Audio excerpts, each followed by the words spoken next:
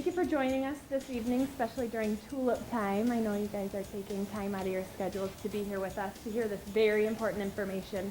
I would like to introduce Dr. Sandip Kothari. He's an emergency physician in the emergency department here, and also the director of our stroke program here at Holland Hospital. And before he gets started on his lecture, we are going to do a little bit of a pre-assessment, assess what your knowledge is before his talk, and then do it again afterwards. So just a quick question without looking at the information that we gave you, because the answers are located on the little sheet here.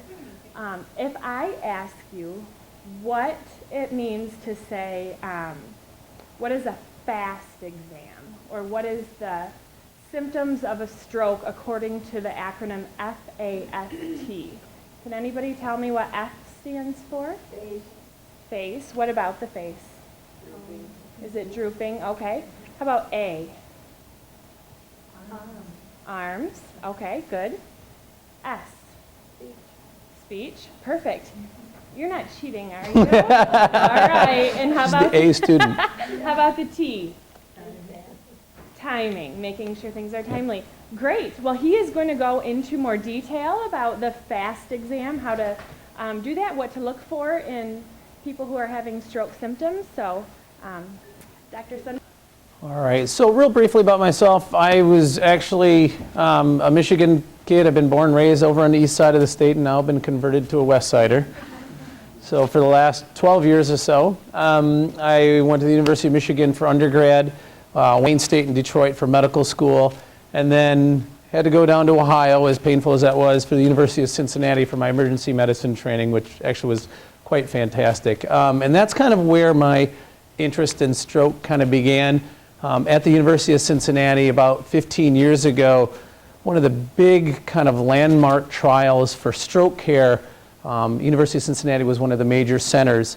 And so a lot of my attendings and mentors were very involved in stroke care, and that's kind of where that was started with me. And then when I came here to Holland, kind of carried that on to the point today as the stroke director here at the hospital.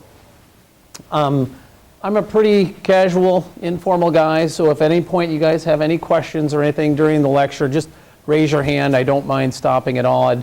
If you're anything like myself, by the time you get to the end, you're like, I think I forgot my question 20 slides ago or so. So just go ahead and raise your hand and we'll go from there.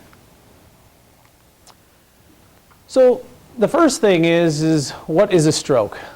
Most people are somewhat familiar with the stroke. We're going to go into a little bit more detail about the different kinds of stroke, signs, symptoms, and prevention, and ultimately treatment from that point.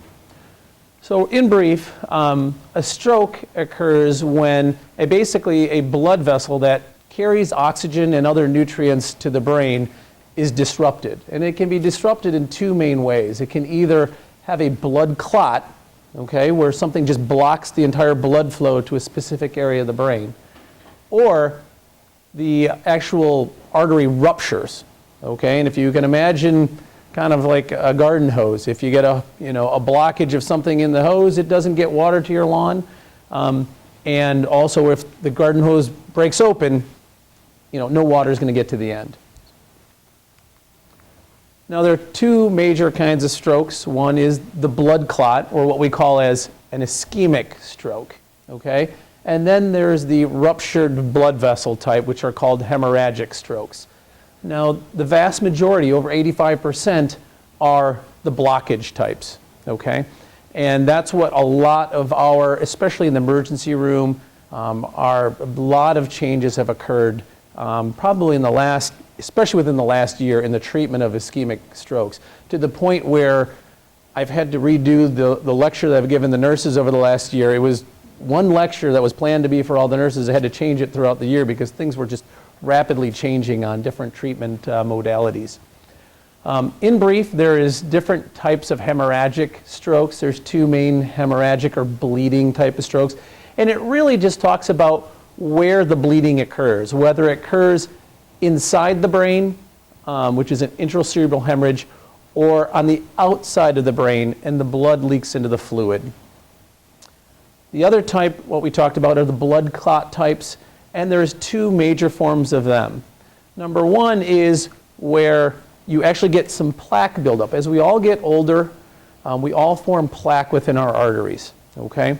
And that's just cholesterol, fat getting deposited within the artery itself, and it forms a little plaque. And ultimately, if this progresses and progresses, it can block off the blood supply, okay? And the other type of ischemic type of stroke is what we call an embolic stroke. And what that is that's where a blood clot starts somewhere else and ends up in the brain. Many times it starts from the heart, and basically the small clot travels up into the brain. And sometimes it can start in the neck. One of these plaques right here may rupture, which means like a piece of it goes downstream and it travels. And those are what we call the embolic type of strokes. Okay. People have also heard the term mini strokes, okay, which is a term I absolutely hate because it just minimizes what's going on. People think mini, they think it's not important, you know. And what a mini stroke is, okay, the medical term is a TIA, all right? And what it is, it's a brief episode. It's basically like a stroke, exact same symptoms, the exact same process, you know, a clot gets dislodged, but the symptoms only last for about 24 hours. And it's kind of an arbitrary number that they came up with, 24 hours, that they decided that's what is a mini stroke and what's a stroke. So the reason that the symptoms only last for about 24 hours is, number one, it may be just a really, really small stroke or a small blood clot that gets dislodged. And your body will, over time, dissolve some clots. So these are basically the big warning signs, mini strokes. All right?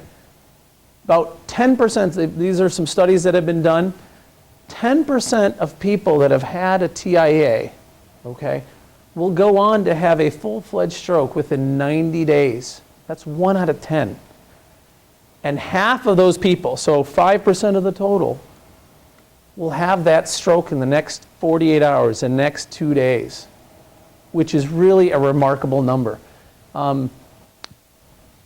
Several years back, even probably recently 5 years ago, a lot of times, even in emergency rooms, the norm was to send people home with TIAs or mini strokes and get the workup done at home.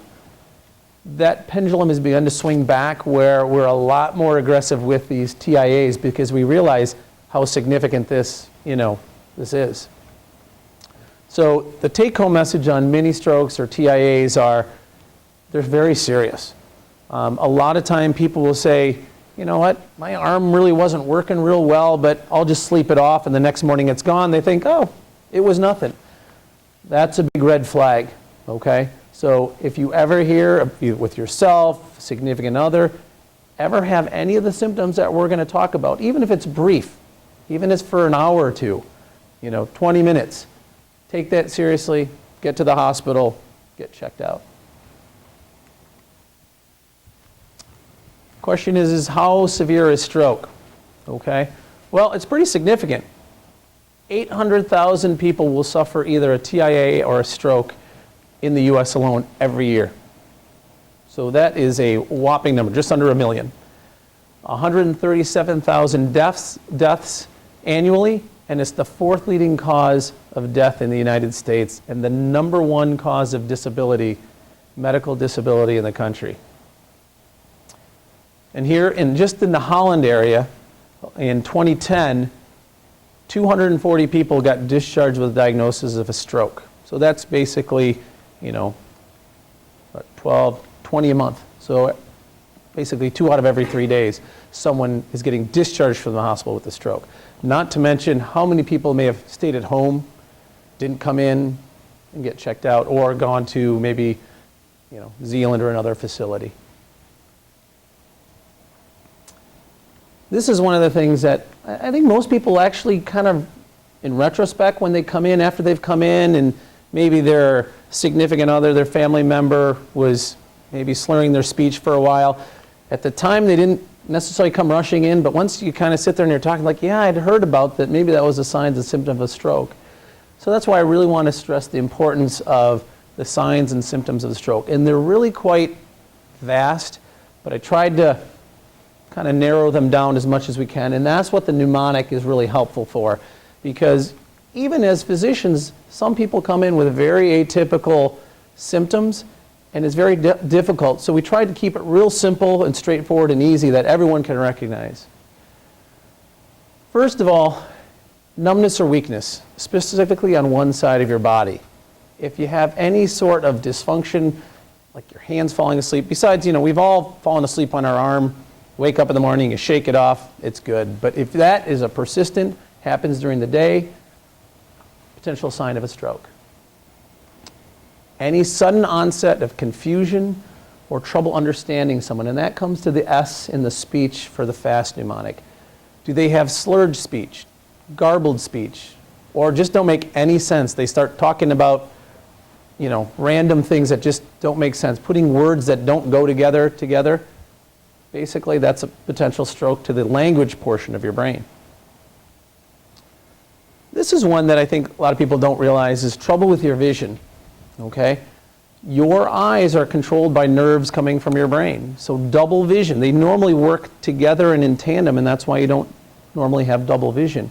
If a part of the brain or the brain stem is affected, you can just affect one or two of the nerves that control the eyes. Then they don't work together, giving you double vision. Or even loss of vision in one eye. There's a small artery that goes to the eye. You can get a stroke. We've seen those before where that is the only symptom that they come in with because that clot just happens to go to that artery that supplies the eye. Boom, and it's sudden. That's the key thing with almost everything here is it's a sudden onset of symptoms. Any trouble walking, dizziness, or a loss of balance. Dizziness is a really difficult one. This tends to be strokes in the back part of the brain, which are very difficult to diagnose because a lot of times the symptoms are very vague.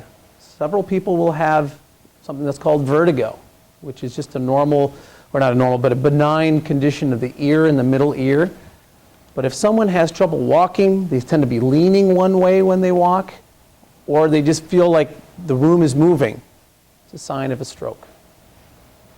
And the last one, sudden acute onset of a severe headache. All of these things, you may come to the hospital and someone may check you out and say, this isn't a stroke. Okay? So I don't want you to think just because you have a headache, you're having a stroke. I mean, that's the key thing. It's any of these symptoms. But those are signs and symptoms that you need to take seriously, and someone, a physician needs to check you out and make sure you don't have any signs of a stroke. Any questions so far? Or when you come in and a physician checks you out, what are you really looking for? Oh, well, there's a lot of things. What they'll typically do is they will go through what we do the history. They'll talk to you. What happened? How are you feeling? What type of symptoms you have? And then really go into also your risk factors. If you're, 16, 17, 20 years old, your risk factors for stroke are very low. They do happen. They're very rare, but they can happen to young people. But it's different if somebody has a history of some underlying heart issues, high blood pressure, and we'll get into some of the other risk factors for that. They do their physical exam, and they'll do a really detailed neurologic exam. A lot of really silly things. It looks like we're playing games, finger to nose, doing a lot of these things, but it's test specific parts of your brain, and then they go on to CAT scans and other modalities. Okay, so I'm going to repeat the question just in case some people can't hear. If someone has transient symptoms and by the time they get to the hospital they go away, what would they expect? You would expect pretty much the exact same thing. You will get, because that is, in my mind, to me, it doesn't matter whether it's a TIA or a stroke. I'm treating you basically the same way. You're going to get the same workup. Now, the ultimate treatment may be a little bit different, and we'll get into a little bit of that at the end of the talk. But you should expect the exact same thing. You will get a detailed history, physical exam, really focused neurologic exam, and you will get a CAT scan to make sure that there's no bleeding, okay, on the CAT scan, because that obviously changes the treatment if it's a bleeding versus a blockage type of stroke. Yeah. No, that was That was the question? Okay. Yeah, so if you are driving to the hospital and your symptoms go away, keep driving right to the hospital. Don't stop. No, that's true, but if somebody's driving you, people have driven, we've had everyone drive themselves in. No, all right. All right, so this is, like we talked about, the signs and symptoms can be quite lengthy. If you look in one of the textbooks, about yay big, anything and everything you can imagine. So the American Heart and the American Stroke Association really was trying to pound how do we get more awareness in the public. And one of the things that I actually kind of liked was, and I don't know if you saw it on the very first slide, the term brain attack. That kind of emphasized, they came out with that term to emphasize and to kind of dovetail on to the heart attack. Everyone knows a heart attack is bad. Everyone comes into the emergency, well, not everyone, but most people will come right into the emergency room if they're having chest pain or think they're having a heart attack. People hear stroke, it wasn't quite the same. They think, well, there's nothing we can do for it, not the same emergency. So the American Heart Association kind of grabbed onto the brain attack phrase and has gone with that, which I like very much because it kind of gives you the sense of importance of an evaluation. The other thing is, okay, how do we let people know what is a stroke? What should they look for that isn't super lengthy, 3 pages worth of signs and symptoms? And they basically narrowed this down to 3. And this is actually what we train and actually was developed at the University of Cincinnati is how can we train, because paramedics, when the paramedics and ambulance crews come out there, they're pretty busy. There's a lot of things going on. How can they quickly assess a patient? We'll go in, as physicians, take 10 minutes, really do a focused exam. They don't have all that time.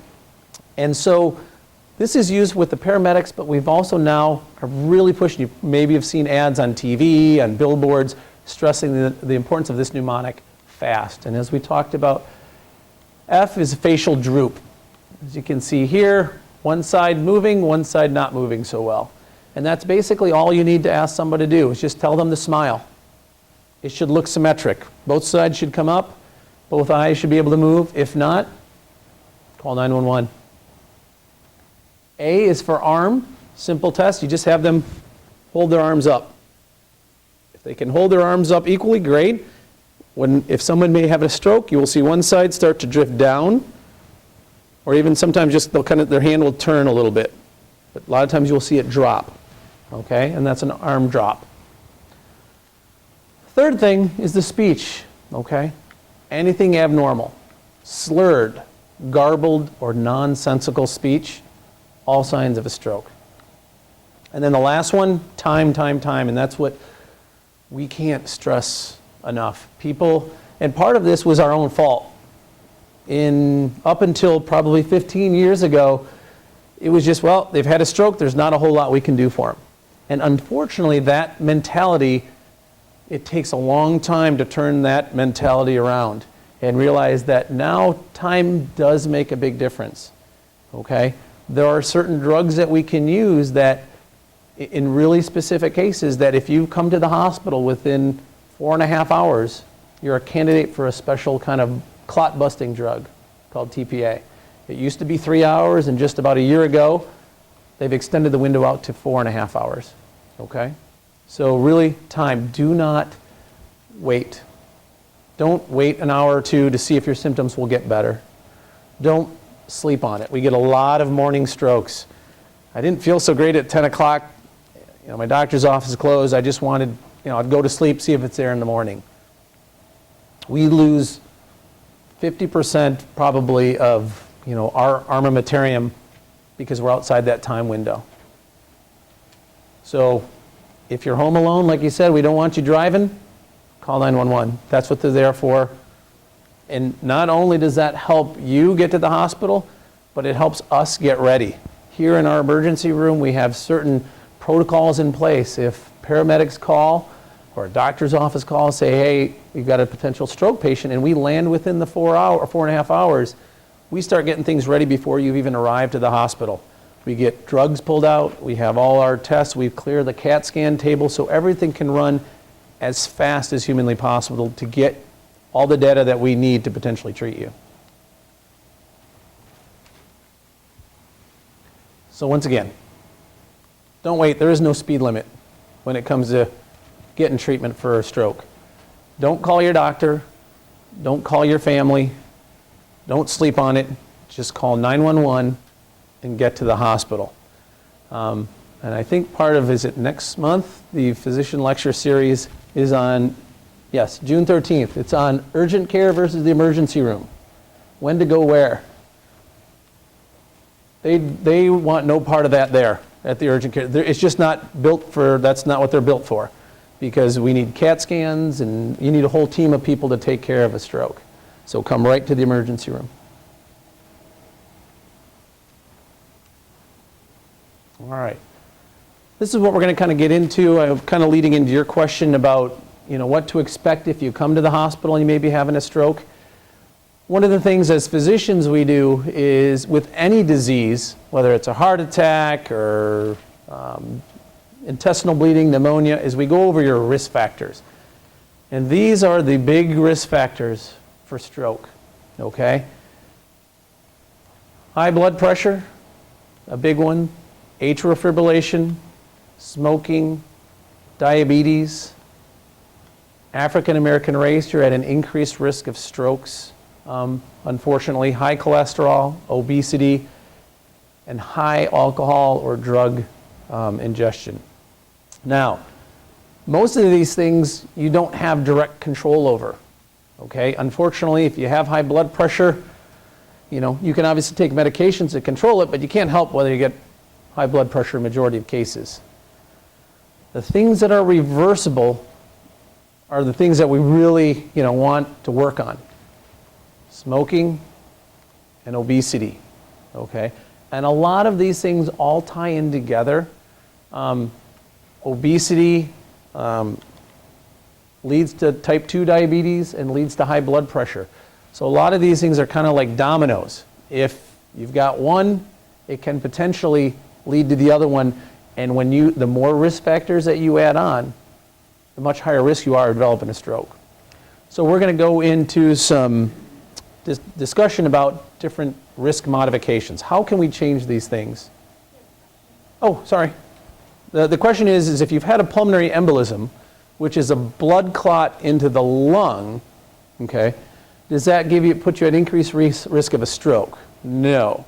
Even though it is a blood clot, it's a little different. That is actually in the veins. It typically starts in the leg veins. There's a lot of different reasons for someone to have a blood clot in the leg. And that basically travels up to the lung, because that's the next thing in line as blood returns back to the heart. It goes to one side of your heart and then into the lung. The stroke is more from the arteries.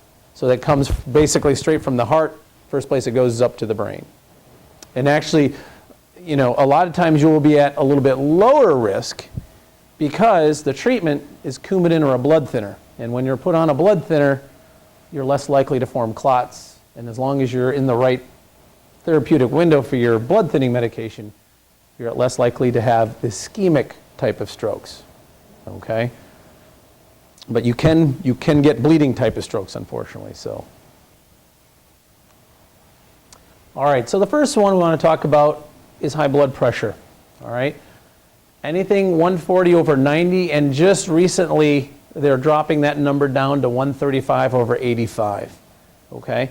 And this is a blood pressure. Now, when people come to the emergency room with your sprained ankle or anything, your blood pressure is always over that. I mean, Marcy, who's worked in our emergency room for years, Norma has worked in our emergency room, everyone's blood pressure's up because usually they're having pain, something going on. But this is the blood pressure when you go see your doctor on a regular visit and get checked out. They're being much more aggressive about starting people on antihypertensive medications with, 135 or over even 85. They've done studies with even small reductions in blood pressure of just 6 millimeters of mercury. So you drop your blood pressure from 140 down to 134. In some studies, it's shown a decrease in risk of stroke by 40%. That's just 6 millimeters of mercury, which is pretty small. There's not necessarily a difference. As we get older, a lot of times some doctors will allow the bottom number to run a little higher, to keep that resting blood pressure up to actually perfuse the brain. Typically what they will do in that case, if it's that close, they will see, are there other risk factors that you have for high blood pressure or stroke, and treat. Because anytime you treat anything, you have to weigh the risks and the benefits. And there are side effects to blood pressure medications. If you're 140 and your bottom number is 65, they may just say, hey, let's just watch it over the next 6 months. We'll repeat it, see which way it goes. Is it going to come down or is it going to go back up? So, you ask 5 doctors, you'll probably get 4 different opinions, but some would say, hey, let's just wait and see what happens with it, give it a few weeks. All right. Uncontrolled blood pressure. We see that a lot is people don't like taking pills every day, and then they take it sporadically, or you know what, I didn't get it filled, it was too expensive, and their blood pressure goes untreated. And the problem with blood pressure is they call it the silent killer because a lot of times you don't know you have high blood pressure. You don't really have necessarily a lot of symptoms until way down the line, or the blood pressure is sky high through the roof. You start developing symptoms. By uncontrolled blood pressure, it increases your risk of stroke 4 to 6 times. So if you add uncontrolled blood pressure increasing your risk by 4 to 6 times, we simply just start you on a blood pressure regimen. Drop your blood pressure minimally 6 points. You're going to see a drastic reduction in your risk of developing a stroke. And it is the single most important risk factor for stroke. So clearly, once again, this is something that can be managed by your doctor and yourself. Diet, this kind of leads into the diet, exercise. If we can drop that blood pressure down naturally by weight control, diet, and if you have to, medications, it significantly reduces your risk of stroke. And people have asked, well, what blood pressure is the best? What blood pressure medicine is the best? Study shows it doesn't really matter. Whatever blood pressure, certain blood pressures tend to help certain people, certain ones help, African Americans, some help women, some young healthy people. It doesn't matter. Whichever one your doctor deems best for you, they all have the same kind of reduction in stroke. It would have to, the question is if you're high blood pressure and on medicines, if during the daytime your blood pressure drops, could you potentially be at risk of a stroke? Or a TIA or something like that. Yes and no. Your blood pressure would have to bottom out way low to the point where you would pass out, okay? If you pass out, you go horizontal, that causes your blood pressure to normalize because it doesn't have to fight gravity. It's kind of the old Boy Scouts, right? Lift up their feet, get their blood pressure up. Only in really rare cases, if someone had a really, really, really tight blockage, that plaque buildup that we talked about, let's say it's blocking about 90-95% of the blood flow. So it's like a garden hose that's pinched and it's only getting a little bit of water. If you drop the pressure for a little bit, you won't get blood supply. But it wouldn't turn into a permanent stroke because once you laid down and passed out, your blood pressure would increase some. So you wouldn't be at risk of necessarily you may have stroke-like symptoms. And I have seen that in, actually I think it was about a month or 2 ago, I had a gentleman that we felt had a kind of a tight little spot, and whenever his blood pressure would drop, he would get symptoms, and it was always in the same spot. It's really, really rare. So the risk of not controlling your blood pressure far outweighs the risk of controlling it in that rare case where he would drop down low. Does that make sense? Yep. Kim? All right. So atrial fibrillation is basically where the top part of the heart just kind of quivers. It doesn't really beat and contract and express all of the blood out of the chamber. And when it does that, blood will pool. And when blood pools, it forms clot. And so that's a really, really big risk factor for strokes. And it's pretty common as we get older that people will develop atrial fibrillation. So there's different treatment options. So if you do have atrial fibrillation, obviously you're going to want to talk to your doctor, and they're going to talk about several different things about thinning your blood out. The first step is usually starting you on a low-dose aspirin, as long as you can tolerate that, okay? Sometimes, in rare cases, people will have stroke on top of the aspirin, or they have an allergy to aspirin, they have to move on to something else. Typically, the second class would be either Coumadin or now within the last few years, new medications, Pradax is one that you've seen on TV, and Xarelto. Okay? There's pluses and minuses to both of these. Most people are probably, that have atrial fibrillation, majority are on Coumadin. Okay? The nice thing about Coumadin, it's pretty cheap. It's what we call reversible, okay? Which means if you come into the hospital and let's say you've fallen and hit your head, okay, or you have to go to surgery and break your hip, we have to reverse that. We don't want to take you to the operating room when your blood is really thin, okay? We can give you some medicine to reverse that pretty quickly, which is very nice from an emergency. As an emergency room physician, we don't like bleeding. We like stopping most bleeding, okay? The downside is it's finicky, okay? Is anybody here on Coumadin? Pretty finicky, right? Some people with the blood levels, you've got to go every month to get your blood level checked, okay? It gets kind of tedious after a while, having to go every month and get it checked. But different things can change the level. Taking antibiotics, eating certain foods, can make, you can be on the steady dose for the longest of time, and then all of a sudden you eat a salad and whoop, eat some spinach and it'll throw it off. So that's one of the downsides. The new medications, the nice thing is you don't have to get blood draws. You just take it once a day and it thins out your blood. You don't have to get stuck in the finger. There's not a whole lot of variation with diet. But then there's always a downside. A, of course, because it's new, it's ridiculously expensive. So if your insurance covers it, fantastic. Some do, some don't. The real downside as an emergency room physician all day is I can't reverse it. So if you come in, fall, and break your hip, we can't take you to surgery for a couple days. We just have to stop it and let it kind of go away on its own. Okay? Which is, you know, fine if you've broken your hip. We can give you pain medicines. But if it's something more severe, you know, you have bleeding in your head, bleeding internally, I can't reverse that. All right. So the ultimate question you and your doctor will kind of come down and have is who needs to be anticoagulated? Who needs to be on something, one of these three medications, if you have atrial fibrillation? All right. This is just a big complex chart. You don't have to really stare at it too much. But what it shows basically is they have something that's called a CHAD-VASc score.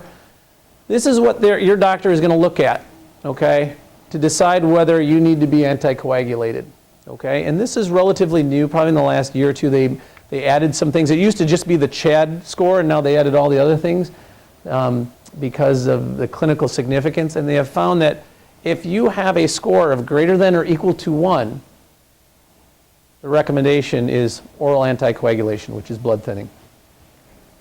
So age 75, boom, you're at a 2 already. If you have high blood pressure, boom, you've already at 1.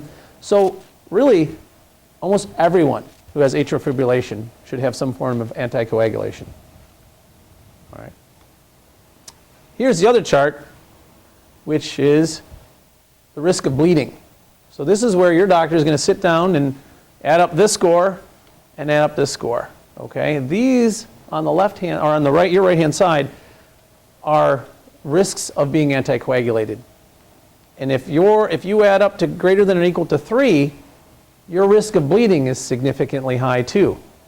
So let's say you have high blood pressure, you've had a prior stroke, and you're over 65, that gives you a 3. Your doctor has to make a tough decision. You and your doctor together have to make a tough decision. The risk of stroke versus the risk of bleeding. Okay, so these are some of the things that if you get diagnosed with atrial fibrillation or you have atrial fibrillation, you and your doctor will kind of go through. All right, smoking. A couple of the nurses at the RS will know I have this big thing. I kind of go through the spiel of smoking to my patients. I don't beat them over the head with cancer, emphysema, and all that kind of stuff. They know, everybody knows that. But this is the kind of one of the things I talk about is stopping smoking.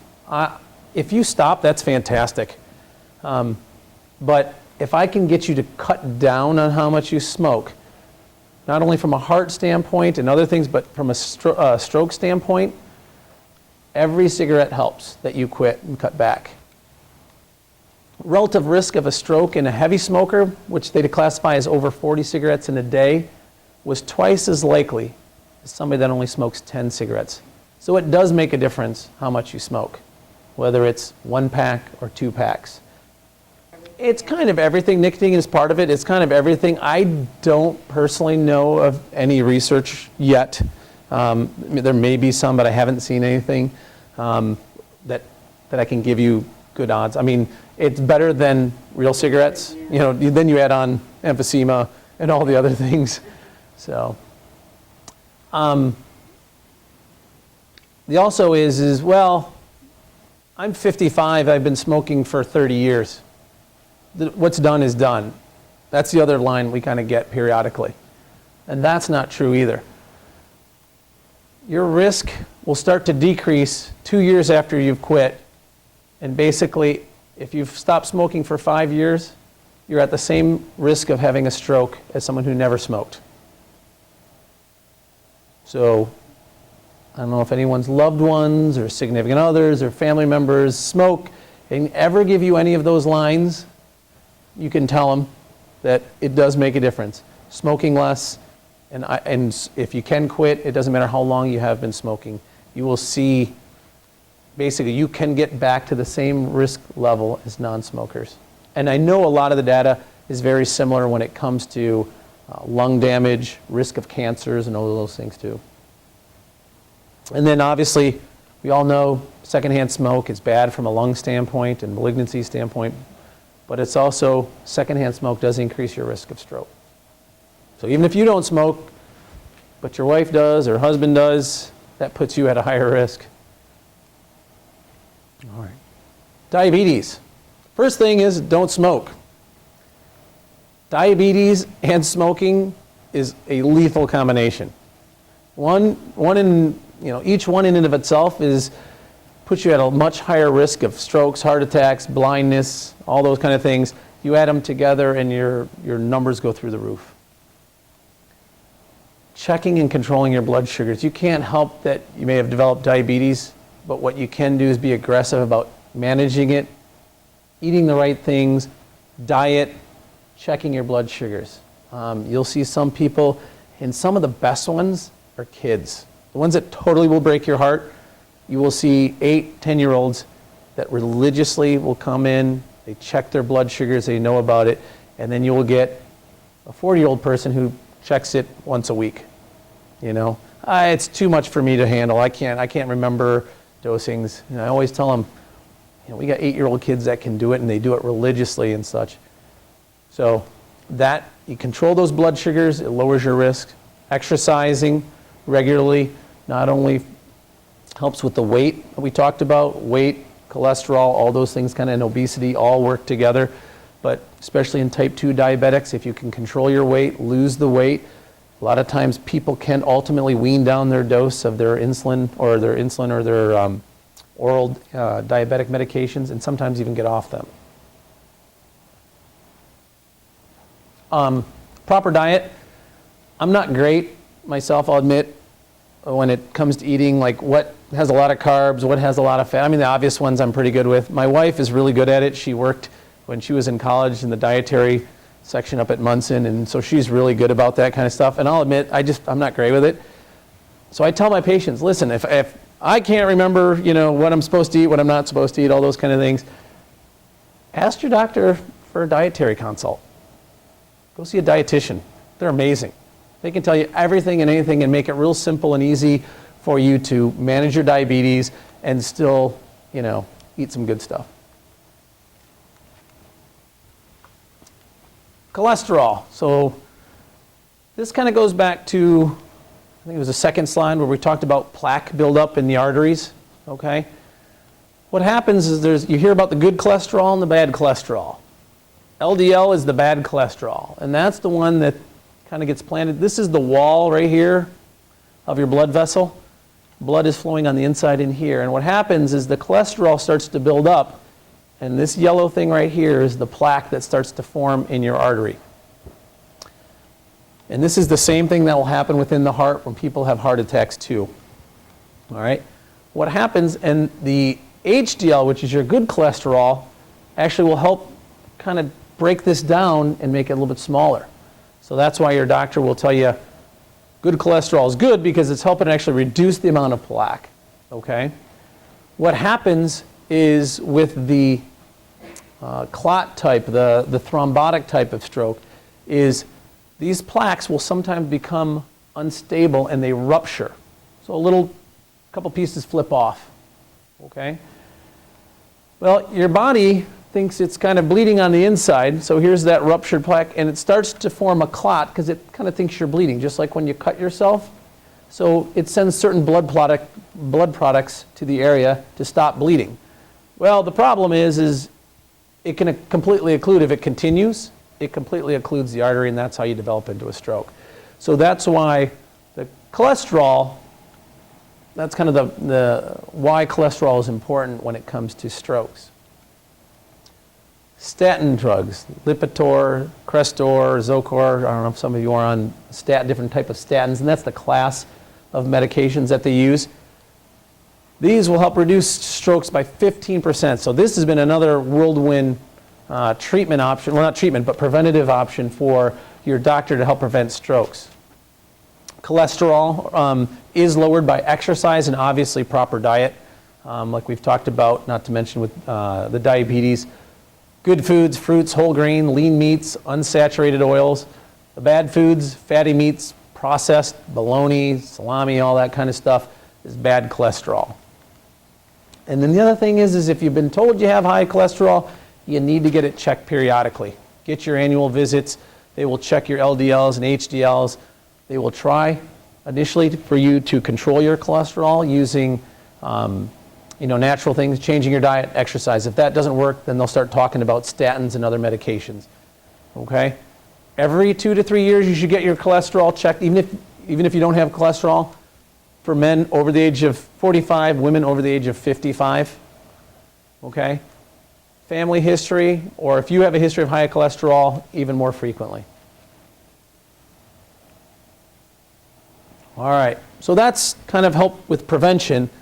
Now the treatment. And the thing, I can't treat you if you don't come to the hospital. I mean, that is the one message I want to get out there. And that I think as the American Heart and everybody we've tried to stress and is, you'll see, you've seen more ads for strokes on TV and billboards in the last probably 3 or 4 years than ever before, is because we can help. There's new things that we can do. We just need to get you into the hospital so we can take care of it. Okay? Like we talked about, once you've gotten your workup, we did your history, your physical, did the CAT scan, and we know that there is no bleeding. So this is basically treatment for the clot type of stroke, which is the most common one. First step is start you on aspirin. Okay? What aspirin does is it stops the platelets from binding to that area of the ruptured plaque and forming that clot. So we don't want it to get bigger. This is the big one, TPA. That's what we call the liquid Drano. All right? You get to the hospital within 4.5 hours of the onset of your stroke, and then there's a whole list of things that we have to go through to make sure that we can give you this medication. What this medication does is it's gone in, it's FDA approved, it's been around for about 10 years, is it helps break down that clot and actually dissolve that clot on the spot. And people have a much greater recovery rate, okay, and less disability and less mortality, less likely to die when they get this medication than those that don't. People don't always die right away from your stroke. A lot of times they die 9 months later. You can't move one side of your body, they're bedridden, they get infections, they get pneumonia, they die 9 months later. Data shows that people that get this medication, okay, have a much higher risk or a much higher rate of having less disability, returning to normal, and better survival. But we can't, like we said, you got to get in right away because it's going to take us about an hour to do what we need to do to even give it to you. Absolutely not. You would not get TPA. If you're at literally 4 hours and 31 minutes, I will not give you that medication. Okay? Does it do then if you give it too late? Your risk of, because it is such a blood thinning medication, the biggest risk factor is bleeding, and you can bleed into the brain, okay? And you turn an ischemic stroke into the hemorrhagic type, which is bad, okay? So, and there are other options. We'll get to the next one. You had a question? yes and no. We don't. This would be IV, so it would go through your IV, okay? But there are some protocols, but this gets farther out, where they actually will go through your groin, stick a catheter all the way up to that artery, and they inject a small dose of that TPA. So you don't get that blood thinning medication everywhere. It's a very localized area. That used to be kind of the second step. If you came in after the 4.5 hour window, that would be the step. But now they've actually, and this is the thing that we talked about, things have changed so much in the last year, okay, is what we call interventional thrombectomy, okay? And that's where an interventional radiologist, which is a physician, goes in through the groin, they inject some dye, and they look at specific arteries in the brain, see where that clot is, okay? And they take the clot out. And there's various techniques, and I've got a little video next that shows it, gives you a little better visual of what they're doing, okay? And this they can sometimes use, depending on where in the brain we think it is, 12 to up to 24 hours afterwards, okay? This is pretty rare.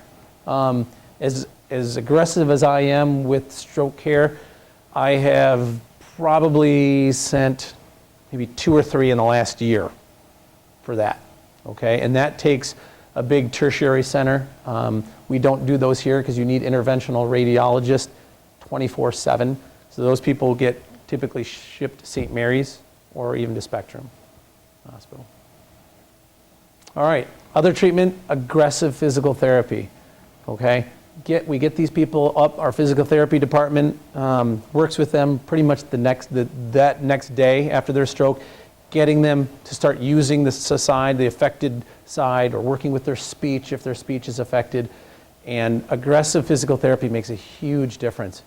Okay, people regain function, even if it may be limited, but will regain some limited function in their arm, their leg, or their speech. And that makes a huge difference, not only to the patient, but also to the family and what they've got to do and help and how much care they're going to need long term. Okay? And then that's when we get into the family support. We work with family. How can we help you take care of your loved one at home or at, in your day-to-day struggles? Because it's not going to be easy after a stroke. Someone that's been highly functional can now only use half of their body. How are you going to get by in your day-to-day activities? All right, here is one of the thrombectomies systems. They go through your groin. This is the blood clot right here. They stick a little guide wire catheter through the clot. They advance a little wire, pull the catheter out, and it basically looks like a little corkscrew. Okay? And down here they have a catheter that's suctioning blood, okay? In case any particles get dislodged, and it'll suction the blood out. Okay? They take the coil, and then there's your suction right here, downstream. Inflate the balloon, which means they stop the blood flow for a moment and pull the clot. Okay? And this has been really, they've seen some really exciting data coming out on the success rate of these. Okay? So this is something that, typically would be saved in the 4.5 to kind of 12-hour period. Okay? For patients. It looks nice and easy on the video, but it's not an easy procedure. So this is what we call the chain of survival, or what I call the chain of survival for stroke and stroke care, and how do we do this? So floor management since Holland Hospital has attained primary stroke certification, you have to get government kind of seal that you're a primary stroke center. You have to do a lot of different things from education standpoint. On the floors, we've worked on that. We've talked about new drugs, new interventional techniques going through the groin, accessing new forms of CAT scans, MRIs, and different forms of technology that we're working on and advancing. And then we also work with our EMS real closely, have educational seminars with EMS to recognize the real subtle strokes. How can they help us help the patient, give us certain information before they get here. But the key is, it all starts at home with the detection. If it's not detected at home with using the fast mnemonic, this whole thing just kind of falls down and falls apart. So what The reason I agreed to do this lecture was I was hoping that, it starts with word of mouth. If you go home, you talk to loved ones, talk about these issues, stress the importance, that will spread, and hopefully they'll be better kind of all through. Yep. When do you put a stent in for what reason? The only time that they would use a stent is now. They don't put any stents in the brain, okay? The stents they will sometimes use, and they still do it still now, if you have a big plaque in your neck, okay, and let's say you get your stroke workup and they find out you have a big plaque in your carotid artery in your neck. If it's big enough, and that's the cause, they will, old days, everyone, they did surgery. They opened up that artery, cleaned it all out, and sewed it back up, okay? Now they're finding out that what they're doing now is putting a stent in there. Just like people get stents in their hearts to keep the artery open, they're now doing that in some of the necks too. But they would never, for a straightforward acute stroke, do that. It would be more of, okay, you've had your stroke. We know why you had the stroke, because of this clot. You had a blockage here in your neck. Then they may talk about putting a stent. What causes the artery To collapse? That plaque buildup. If you get all that plaque and cholesterol and fat that builds up and slowly bulges in on the walls, right here. Whoop. If you imagine, see, you got the yellow plaque. If it keeps building up, this gets narrower and narrower and narrower. Kind of a prevent? Yeah, it'd be great if you can get to them beforehand. And that's why your doctor a lot of times will listen to your neck when you go for your regular checkup. What he's listening for is blood turbulence, a turbulence of blood flow, and that will sometimes signify that you've got a blockage, and they'll send you to get ultrasounds. Lots of research, lots of people. It's just, yeah, well, yeah. Everything in medicine has a cutoff point, whether it's aneurysms, whether it's different types of scales of skin cancers. Everything so much is based now on what we call evidence-based, where they don't just say, well, it makes sense to do it this way. They actually get the data and say, hey, people who have 80%, very, very low risk of stroke. People who have 85, all of a sudden you see a blip and their risk goes up. Because, doing major surgery on an artery that's not routine. People do die, and there's always risks with any procedure you do, no matter how simple. You can. Anytime you're messing with the plaque, it can get dislodged. And that's why these stents, they believe, are a little safer. But, everyone's a little different. Everyone has a little different risk factors. I don't want you going in and telling your vascular surgeons, well, Dr. Kothari says that I need to get a stent, because there's certain cases where, you may not be a candidate because of maybe how your artery is. You can't put a stent in there, because it's just too curvy. They just, they'd rather go in and just clean it out. So in summary, prevention, really so much, it's just like anything else. It's how motivated are you? It's not easy, exercising, eating a good diet and all that kind of stuff, but try to fix the things. A stroke is a devastating thing. I don't know how many people have someone that's had a stroke. It can be a potentially devastating, life-changing, event. Get your blood pressure, you're checked regularly, meds, stop smoking if you smoke. That's the easiest one of them all, relatively speaking. Recognize a brain attack, the fast mnemonic like we've already talked about. And then lastly, treatment, TPA, the kind of liquid plumber, the thrombectomies, and a lot about rehabilitation, okay? In the old days, 20, 30 years ago, if you had a stroke, you went up to the floor and you sat up there. Right, Norm? It didn't do much. Now we're a lot more aggressive about everything, the treatment, the diagnosis of it, and then even aftercare, the rehabilitation, family support, and all those kind of things. Not anymore. There's different kinds of angiogram. What he's talking about, the question is do we use angiograms?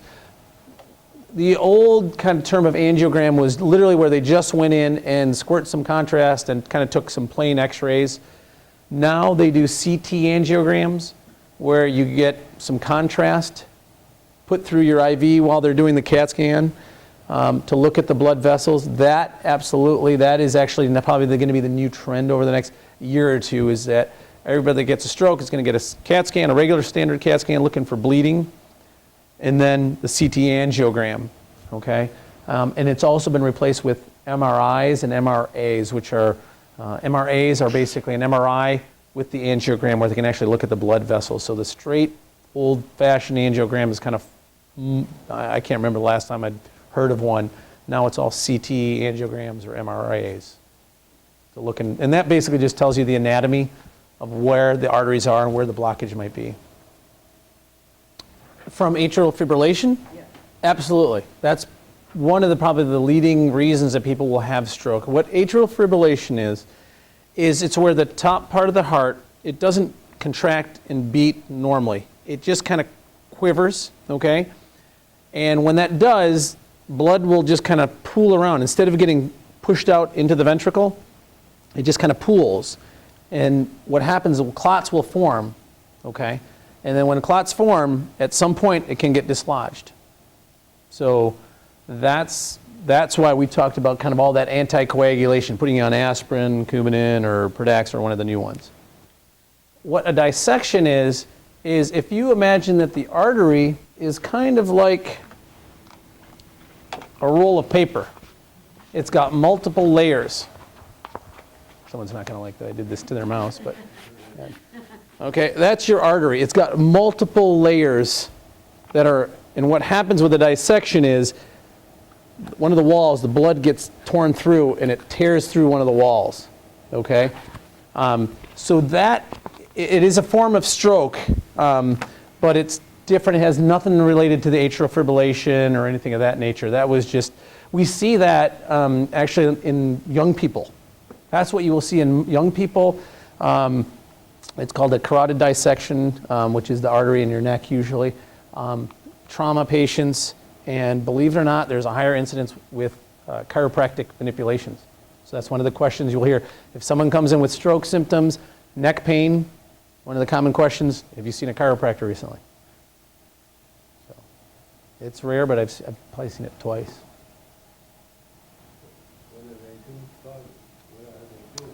Okay, so this really makes absolutely no intuitive sense. They put you on blood thinners.